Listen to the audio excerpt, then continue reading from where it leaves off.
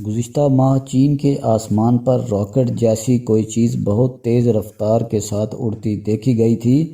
تقریباً پوری زمین کا چکر لگانے کے بعد مبینہ طور پر یہ اپنے ہدف سے تقریباً 40 کلومیٹر پہلے گر گئی۔ ماہرین کے مطابق یہ ایک نئی قسم کا ہاپر سونک میزائل تھا۔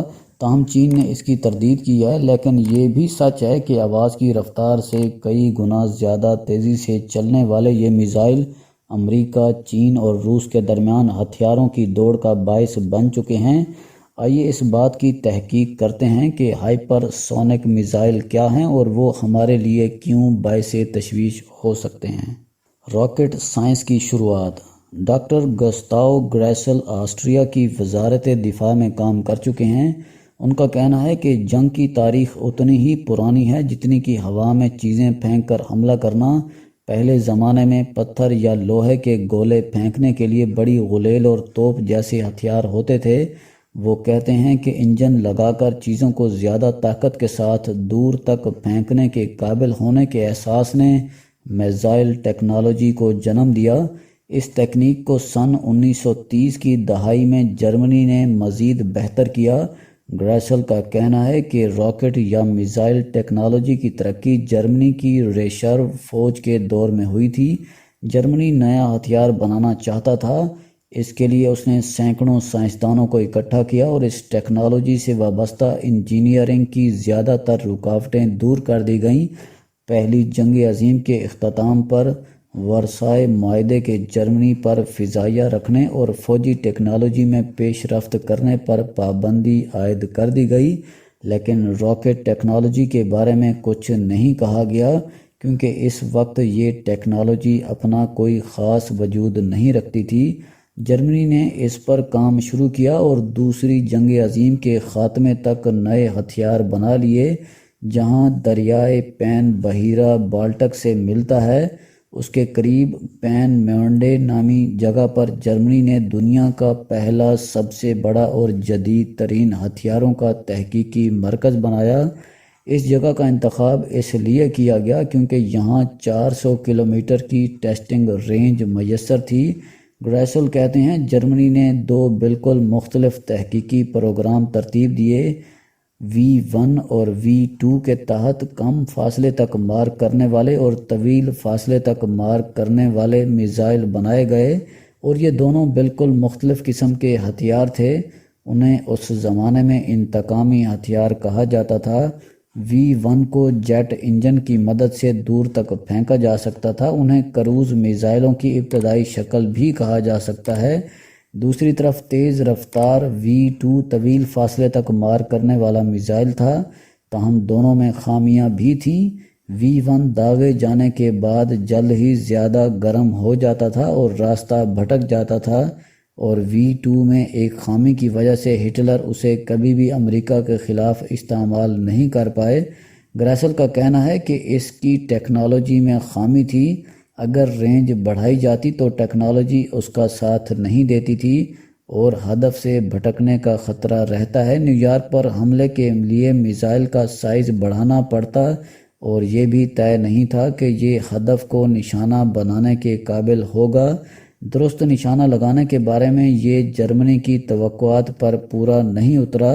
جنگ کے دوران جرمنی نے لندن، اینٹورپ اور پیرس پر میزائل حملے کیے، لیکن اس سے جنگ کا رخ نہیں بدلا۔ بعد میں ان منصوبوں میں کام کرنے والے سائنسدان ہتھیاروں کی تحقیق اور خلائی مشن پر کام کرنے کے لیے امریکہ اور سوویت یونین گئے۔ دونوں ممالک نے اپنی فوج کی طاقت بڑھانے کے لیے میزائل ٹیکنالوجی کو بہتر بنانے کے لیے کام کیا۔ Hyper sonic missile. سادہ الفاظ میں کہیں تو جرمنی کے یہ دو ہتھیار آج کے کروز اور بیلسٹک میزائل ہیں۔ کروز میزائل زمین کی سطح کے قریب سے پرواز کرتے ہیں اور کم فاصلے تک مار کرتے ہیں، جبکہ بیلسٹک میزائل فضا سے باہر نکل کر ہزاروں کلومیٹر دور ہدف کو نشانہ بنا سکتے ہیں۔ ڈاکٹر لورا گریکو میساچوسٹس انسٹی ٹیوٹ آف ٹیکنالوجی میں ریسرچ فیلو ہیں۔ وہ کہتی ہیں کہ ہدف کو درست طریقے سے نشانہ بنانے اور دشمن سے چھپنے کے لیے میزائل کے لیے ضروری ہے کہ وہ ہوا میں اپنی حرکت کو کنٹرول کرے۔ جدید ہائپر سونک میزائل ایسا کرنے کی صلاحیت رکھتے ہیں۔ وہ کہتی ہیں اپنا راستہ بدلنے کے لیے وہ ایرو ڈائنامک قوت کا استعمال کر سکتے ہیں۔ ان کا ڈیزائن خاص طور پر اس لیے بنایا گیا ہے کہ وہ فضا میں انتہائی تیز رفتاری سے اڑتے ہوئے اوپر، نیچے یا بائیں اور دائیں مڑ سکیں۔ یہ صلاحیت اسے دشمن کی نظر سے چھپ کر حملہ کرنے میں مدد دیتی ہے۔ تاہم لورا کا کہنا ہے کہ میزائل کو ٹریک کرنا مشکل نہیں ہے۔ لورا گریگو کہتی ہیں کہ یہ میزائل نہ صرف روشنی کو منعکس کرتے ہیں بلکہ گرمی بھی پیدا کرتے ہیں اور حساس سینسرز ان کا پتہ لگا سکتے ہیں۔ بیلسٹک میزائلوں کا پتہ لگانے کے لیے امریکہ اور روس نے خلا میں انفرا ریڈ سینسرز کے ساتھ سیٹلائٹ سسٹم بنا رکھا ہے۔ گرمی اور روشنی کی وجہ سے انفرا ریڈ سسٹم ان کے پورے راستے کا پتہ لگا سکتا ہے۔ میزائل کی رفتار گرنے سے پہلے کم ہو جاتی ہے اور یہ وہ وقت ہوتا ہے جب یہ ریڈار پر بھی نظر آ سکتے ہیں۔ لورا کے مطابق یہ کہنا غلط ہوگا کہ ہائپر سونک میزائل دشمنوں کی نظر سے چھپ سکتے ہیں، لیکن یہ میزائل کروز میزائلوں کی ایک بڑی خرابی کو پار کرنے میں کامیاب ہوئے ہیں۔ وہ کہتی ہیں کہ فضا میں ہوا کے ساتھ رگڑ سے میزائل گرم ہو جاتے ہیں اور اس درجہ حرارت کو کم کرنے کے لیے اس کی رفتار کو کم کرنا پڑتا ہے۔ اس معاملے میں ہائپر سونک میزائل اس لیے بہتر ہیں کیونکہ وہ اپنے راستے کا ایک بڑا حصہ فضا سے باہر طے کرتے ہیں اور زیادہ گرم نہیں ہوتے۔ لورا بھی اس دعوے کی تائید نہیں کرتی کہ ہائپر سونک میزائل ایک بڑا خطرہ ہو سکتا ہے۔ وہ کہتی ہیں کچھ ممالک کا دعویٰ ہے کہ وہ ایسے میزائل بنا رہے ہیں کیونکہ وہ تیز رفتار ہیں، لیکن تکنیکی طور پر یہ غلط ہے کہ بیلسٹک میزائل ان کی برابری کر سکتے ہیں۔ یہ دعویٰ بھی غلط ہے کہ وہ چھپ کر حملہ کر سکتے ہیں۔ اگر وہ ہوا میں اپنی سمت بدلنے کی بات کریں تو جدید میزائل بھی یہ کام کرنے کی صلاحیت رکھتے ہیں۔ ہائپر سونک ہتھیاروں کی دوڑ۔ فرانس، انڈیا، چین، جاپان اور آسٹریلیا ہائپر سونک ٹیکنالوجی پر کام کر رہے ہیں، لیکن اس معاملے میں امریکہ، روس اور چین کے پاس جدید ترین ٹیکنالوجی ہے۔ Doctor Marina university of Hamburg میں ریسرچ فیلو ہیں۔ وہ کہتی ہیں کہ دنیا کی بڑی طاقتیں ملٹری ٹیکنالوجی کے معاملے میں ایک دوسرے سے آگے رہنے کا مقابلہ کر رہی ہیں۔ وہ کہتی ہیں عام طور پر یہ خیال کیا جاتا ہے کہ میزائل جتنا تیز ہو اتنا ہی بہتر ہوتا ہے۔ ہتھیار بھی ملک کی عزت کا سوال بن جاتے ہیں۔ ایسا نہیں ہے کہ یہ ممالک بہتر ہتھیار اس لیے بنا رہے ہیں کہ وہ انہیں استعمال کرنا چاہتے ہیں، بلکہ وہ دنیا کو دکھانا چاہتے ہیں کہ وہ جدید ہتھیار بنا سکتے ہیں۔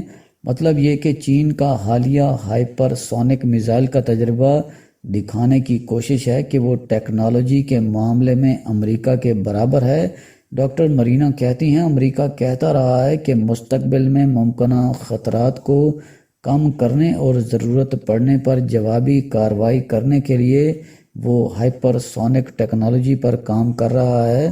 بہت سے رہنماؤں کو یقین ہے کہ روس اور چین اس طرح کے ہتھیار بنا رہے ہیں، اس لیے امریکہ کو بھی ایسا کرنے کی ضرورت ہے۔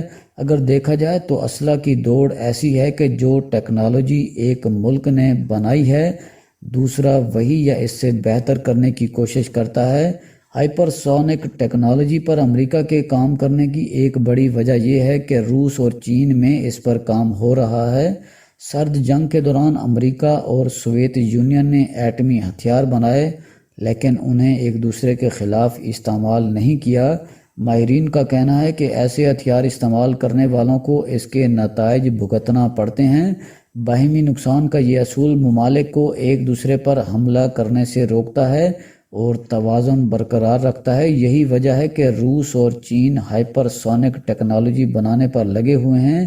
انہیں خدشہ ہے کہ جنگی صورتحال پیدا ہونے پر روایتی میزائل حملوں کو ناکام بنانے میں امریکی دفاعی نظام ان سے بہتر ہے۔ ڈاکٹر مرینا کہتی ہیں جب ہم باہمی نقصان کے اصول کی بات کرتے ہیں تو ہم اسٹریٹجک استحکام کی بات بھی کرتے ہیں۔ اگر امریکہ چین اور روسی میزائل حملوں سے بچا رہتا ہے تو اس کا مطلب یہ ہوگا کہ امریکہ کو کوئی نقصان نہیں ہوا، لیکن چین اور روس کو خطرہ ہوگا۔ تاہم مرینا کا کہنا ہے کہ ہو سکتا ہے کہ روس اور چین امریکہ کے میزائل ڈیفنس سسٹم کا غلط اندازہ لگا رہے ہیں۔ یہ بھی ممکن ہے کہ اسی وجہ سے چین نے ہائپر سونک ٹیکنالوجی کا مظاہرہ کیا ہو، تاہم چین نے ابھی تک اس کے ٹیسٹ کے بارے میں زیادہ معلومات نہیں دی ہیں۔ چین کا دعویٰ تھا کہ یہ پرانے خلائی جہاز کے دوبارہ استعمال سے متعلق ایک ٹیسٹ تھا۔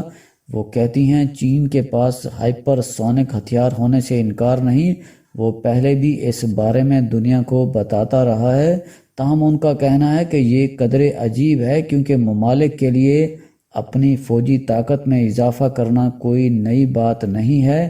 ہر ملک ہائپر سونک ہتھیار چاہتا ہے اور یہی ہتھیاروں کی دوڑ کی وجہ ہے، لیکن یہ دوڑ دنیا کو ایک خطرناک جگہ بنا رہی ہے۔